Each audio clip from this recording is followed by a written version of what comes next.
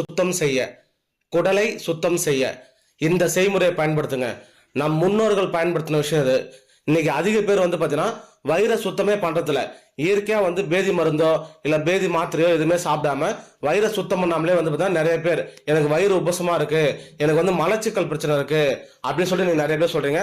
வயிறை சுத்தம் பண்ணல அப்படின்னா நமக்கு வாய் துர்நாற்றம் ஏற்படும். வாய் ஃபுல்லாவே ஸ்மெல்லா இருக்கு, நான் நல்லா பிரஷ் பண்றேன் ஆனா வாய் துர்நாற்றமா இருக்கு அப்படின்னு சொல்லி நிறைய பேர் சொல்றீங்க. வயிறை சுத்தம் பண்ணுங்க, மலக்குடலை சுத்தம் பண்ணுங்க. ஏன்னா இதை பண்ணாலே போதும். மாதத்துக்கு ஒரு முறை, அதாவது ஒரு மாசத்துக்கு ஒரு முறை வயிறை சுத்தம் பண்ணுங்க. 3 மாசத்துக்கு ஒரு முறை குடல் பூச்சிகள், அதாவது கீரிப்பூச்சி, நாடாப்புழு, குடல் புழு, இதற்கான மருத்துவத்தை இயற்கையா நீங்க எடுங்க.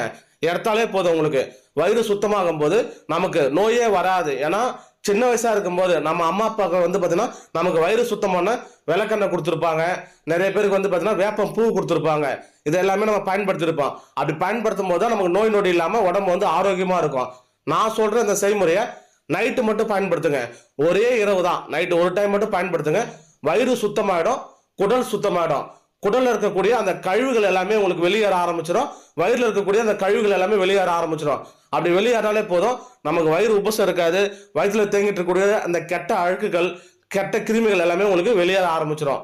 செய்முறையை சொல்றேன், கரெக்டா கவனிங்க. 200 ml நல்லா சூடா வெந்நீர் எடுத்துக்கங்க. 200 ml நல்லா சூடான வெந்நீர் எடுத்துக்கங்க. 1 டீஸ்பூன் லெமன் சாறு விடுங்க.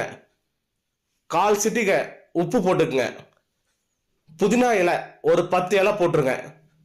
இஞ்சி சின்னதா ஒரு துண்டு போட்டுக்குங்க. பெருஞ்சீரகம், சோம்புன்னு சொல்லுவாங்க, பெருஞ்சீரகம் பார்த்தீங்கன்னா 1 டீஸ்பூன் போட்டுக்குங்க. இது எல்லாத்தையும் ஒன்னா போட்டு ஒரு தட்டு போட்டு மூடிடுங்க. அந்த வெந்நீர்ல நீங்க போடும்போது அந்த வெந்நீர்லயே பார்த்தீங்கன்னா அந்த சாறு ஃபுல்லா இறங்கணும். நைட்டு போட்டு மூடி வச்சிருங்க. நைட்டு போட்டு மூடி வச்சுட்டு காலையில எந்திரிச்சோன்னே வெடிகாலம் கரெக்டா 5 மணிக்கு இல்ல 4 மணிக்கு குடிங்க. குடிச்ச ஒரு 2 மணி நேரத்துல குடிக்கும் போது இது எல்லாத்தையுமே வடி கட்டிடுங்க. வடி கட்டிட்டு வெறும் தண்ணியை மட்டும் நீங்க குடிச்சா போதும். வெறும் வயதுல ஒரு 4 மணிக்கு 5 மணிக்கு குடிச்சிருங்க. குடிச்ச ஒரு 2 மணி நேரத்துல உங்களுக்கு பேதியாக ஆரம்பிக்கும். ஃபர்ஸ்ட் 2 தடவை பேதி ஆகும் போது உங்களுக்கு வயிற்றுல இருக்கக்கூடிய அந்த மலங்கள் முதல்ல வெளியேறும். மோஷன் வெளியேற ஆரம்பிக்கும். அடுத்தடுத்து வயிற்றுல இருக்கக்கூடிய அந்த கழிவுகள் வெளியேற ஆரம்பிக்கும். குறைஞ்சது ஒரு 7 தடவை இல்ல 8 தடவை உங்களுக்கு அந்த மலை வெளியேறும் போது ஒவ்வொரு தடவையுமே நீங்க வெந்நீர் குடிங்க.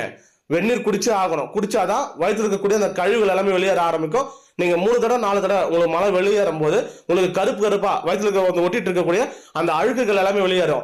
5 தடவை 6 தடவை போகும்போது நீங்க குடிக்கிற அந்த தண்ணி எல்லாமே வெளியேற ஆரம்பிக்கும். அதுதான் பாத்தீங்கன்னா வயிறு உங்களுக்கு சுத்தமாயிடுச்சு அப்ப நம்ம தெரிஞ்சுக்கலாம். ஒரு குறைஞ்சது ஒரு 6 தடவை 7 தடவை ஆகணும். வெடிகாலம் 4 மணிக்கு குடிங்க. வயிறை சுத்தம் செய்ய, குடலை சுத்தம் செய்ய, மலக்குடலை சுத்தம் செய்ய இந்த செய்முறையை மட்டும் நீங்க பயன்படுத்தா மட்டும் போதும். ஒரே நைட்டு மட்டும் பயன்படுத்துங்க.